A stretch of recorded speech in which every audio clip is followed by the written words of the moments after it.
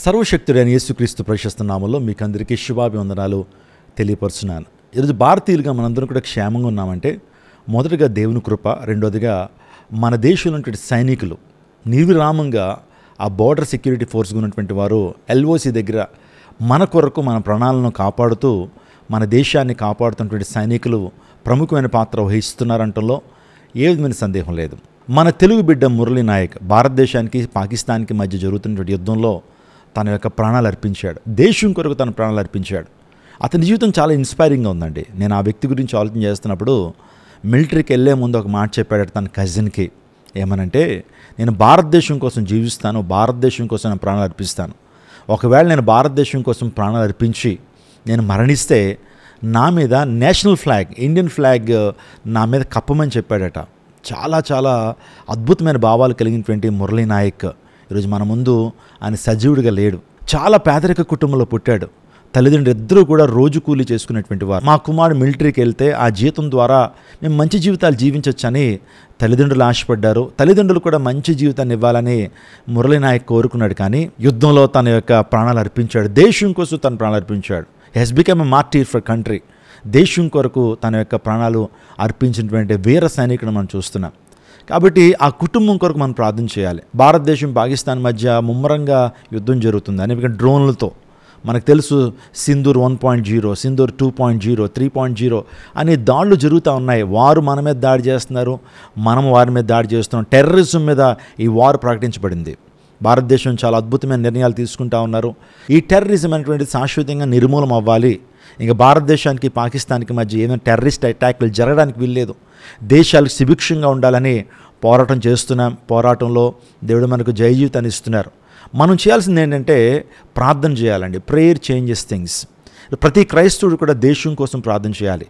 ప్రతి క్రైస్తవుడు కూడా నిజమైన దేశభక్తుడు కాబట్టి దేశం కొరకు ప్రార్థన చేయాలి. దేశంలో ఉన్నటువంటి జవాన్ల కోసం ప్రార్థన చేయాలి.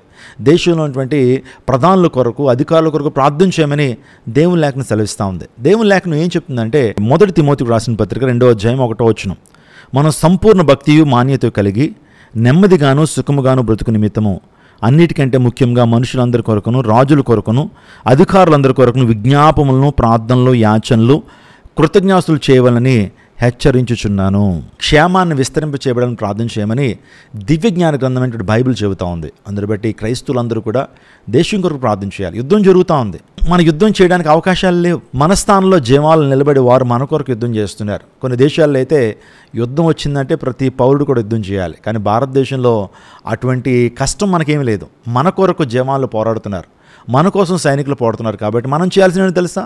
వారి కుటుంబాల కొరకు, వారి యొక్క క్షేమం కొరకు, వారికి దేవుడి శాంతిని అనుగ్రహించలాగిన, మంచి కృప, మంచి ఆరోగ్యం వారికి ఇచ్చేలాగిన ప్రార్థన చేయాలి. ఈ వీడియోని ఎంతమంది చూస్తున్నారో ప్రతి ఒక్కళ్ళు కూడా మన దేశం కొరకు, మన దేశ జవాన్ల కొరకు ప్రార్థన చేయండి. ఎస్పెషల్లీ విజయవాడ పట్టణంలో క్రైస్ట్ టెంపుల్ అనేటువంటి జీవంగల దేవుని సంఘంలో ఉన్నటువంటి వారందరూ కూడా వీలైతే ఒకరోజు కానీ 2 రోజులు కానీ ఒక పూట ఉపవాసం ఉండి మన భారతదేశం కోసం ప్రార్థన చేయండి. నేను అఫీషియల్గా అనౌన్స్ చేస్తున్నాను, ఈరోజు, రేపు, ఎల్లుండ ప్రేయర్ టవర్కి మీరు రాగలిగితే అక్కడ ఉపవాస ప్రార్థనలు జరుగుతాయి. అందుని బట్టి దేశం కొరకు మాత్రమే మనం ప్రార్థన చేస్తాం. కాబట్టి అవకాశం ఉన్న ప్రతి ఒక్కళ్ళు ఇళ్ళ దగ్గర మీరు ప్రార్థన చేయండి. క్రైస్ట్ టెంపుల్ ప్రేయర్ టవర్ ఉంది. ఆ ప్రేయర్ టవర్లో ప్రార్థనలు జరుగుతున్నాయి. మీరు కూడా ఆ ప్రార్థనలు ఏకీమించండి. ఎస్పెషల్లీ మురళీ నాయక్ కోసం ప్రార్థన చేద్దాం. మురళీ నాయక్ వల్ల అనేక మంది అసూలు బాసినటువంటి వీర సైనికుల కోసం మనం ప్రార్థన చేద్దాం. దేశం కోసం ప్రార్థన చేద్దాం. తద్వారా దేశం సుభిక్షంగా ఉంటుంది, శాంతిగా ఉండగలుగుతుంది. దేశము అభివృద్ధి పదంలో ముందుకు వెళ్ళడానికి ప్రార్థన చేయాలి. Prayer changes things, prayer brings victory. నా ప్రగాఢమైన సానుభూతిని మురళీ నాయక్ కుటుంబానికి నేను ప్రకటిస్తున్నాను. అదే రీతిగా దేశం కోసం పోరాడుతున్న ప్రతి సైనికుడు విజయాన్ని సాధించాలని, వారి కుటుంబాలు బాగుండాలని, వారు శాంతియుతంగా జీవించాలని నేను మనసారా కోరుతూ ఈ వీడియోను ముగిస్తున్నాను. God bless you. God bless our India.